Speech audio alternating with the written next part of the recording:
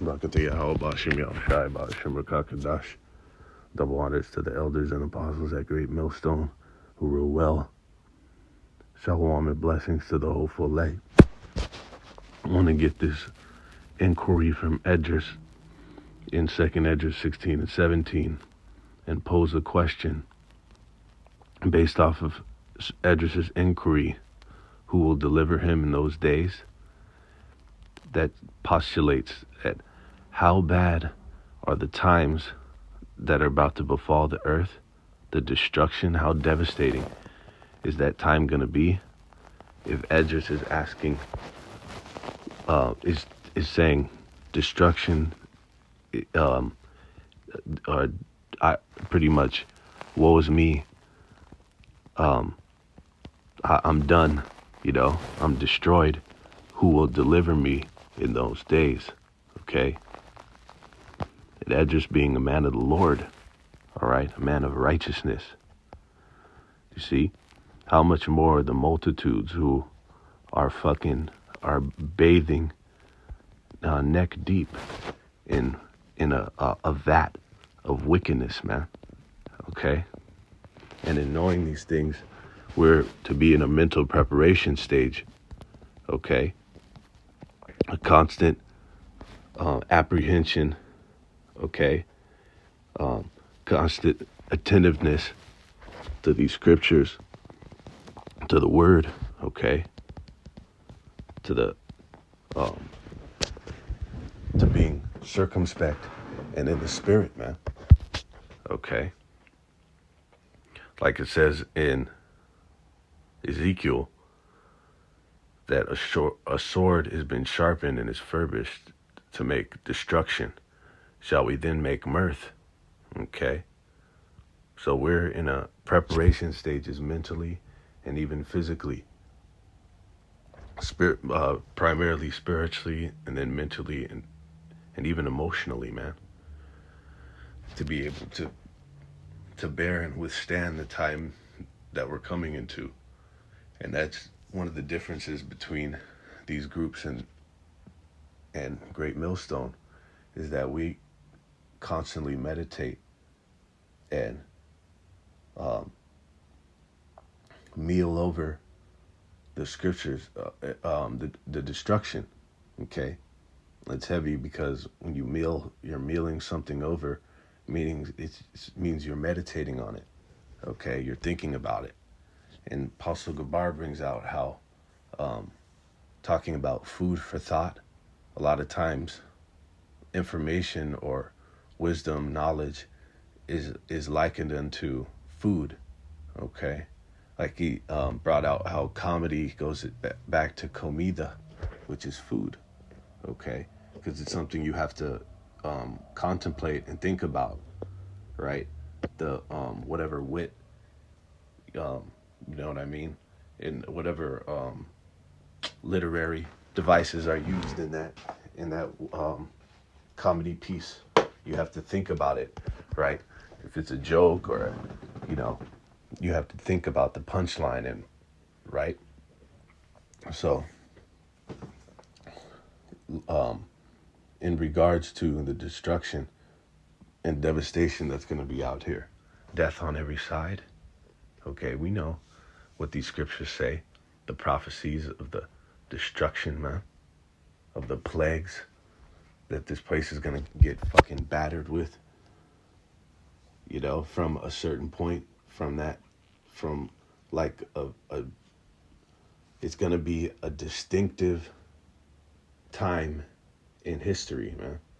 It hasn't happened yet, but it's going to be a distinctive time when it's going to be a crossover from this fucking society, this Disney cotton candy bullshit society. It's going to be a distinctive marker when it crosses over from into the worst times that you can ever fucking imagine, man. All right, and we meditate on these things, contemplate on these things constantly, man, incessantly. All right, when we're out and about in this wicked fucking world. Okay, when we're fucking constantly, man. But a lot of that is done when we're out in this wicked ass fucking world, and we're basically observing how bad these people are gonna be, how fucked off they're gonna be, man. All right, and being circumspect of the times we're in, man. Okay, it says the beginning of sorrows and great mournings, the beginning of famine and great death.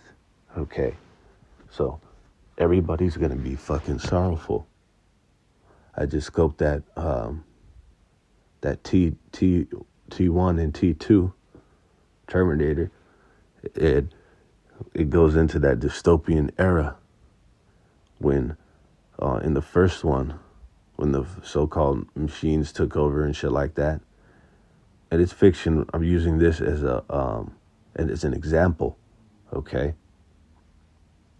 Because that fiction piece, the creator of that storyline, created it based off of the scriptures, man, and prophecy. So fuck you, scoffers. But basically, that dystopian era that they were in, there was no smiles on anybody's faces, man. Okay, when Reese was recounting and recalling the times that they were in to Sarah Connor, and telling them how fucked off it was, you know. He went, and then it showed the scene when he went down into that hole. It was like it looked like a bunker or something, inside of a bunker.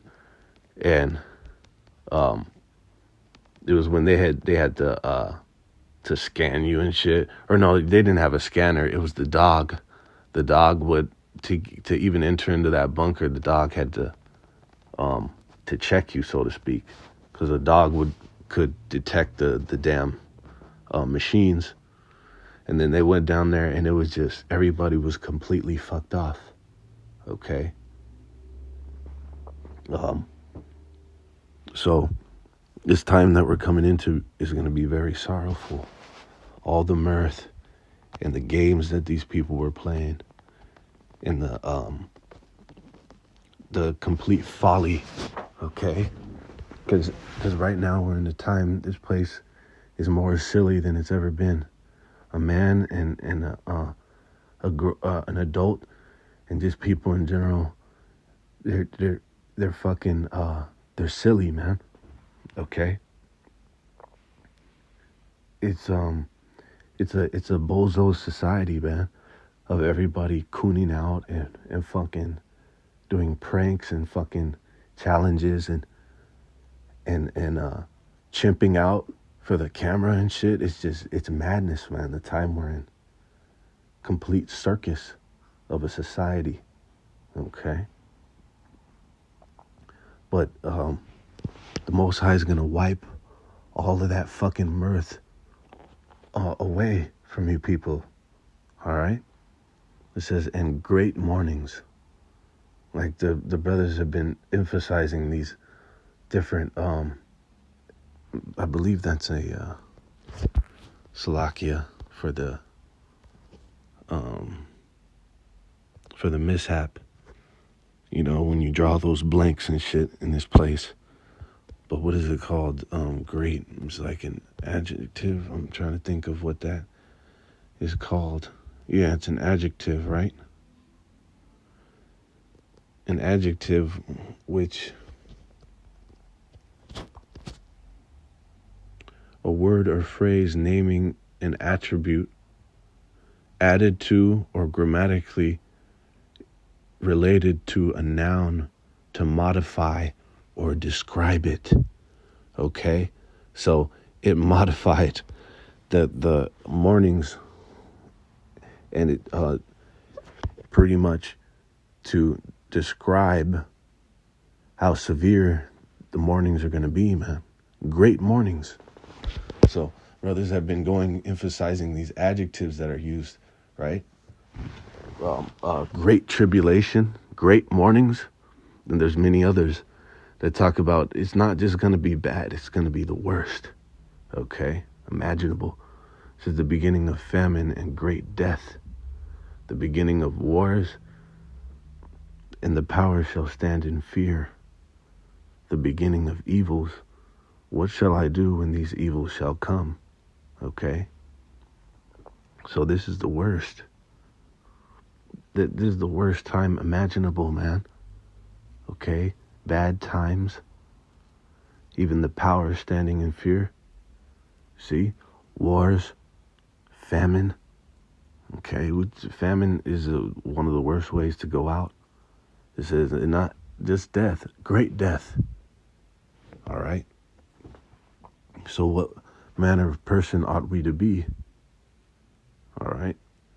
In this time, meditating on the destruction, getting our minds prepared for what's about to befall this place. Because what you don't understand is that these people are going to bug out immediately. They're going to lose their minds. And we know once your mind is gone, you're done. Okay? They say this shit's 80% mental, for 20 physical for a reason. Because once you're done in your mind, you're through. Okay, you can't even operate. Matthew 24 and 21.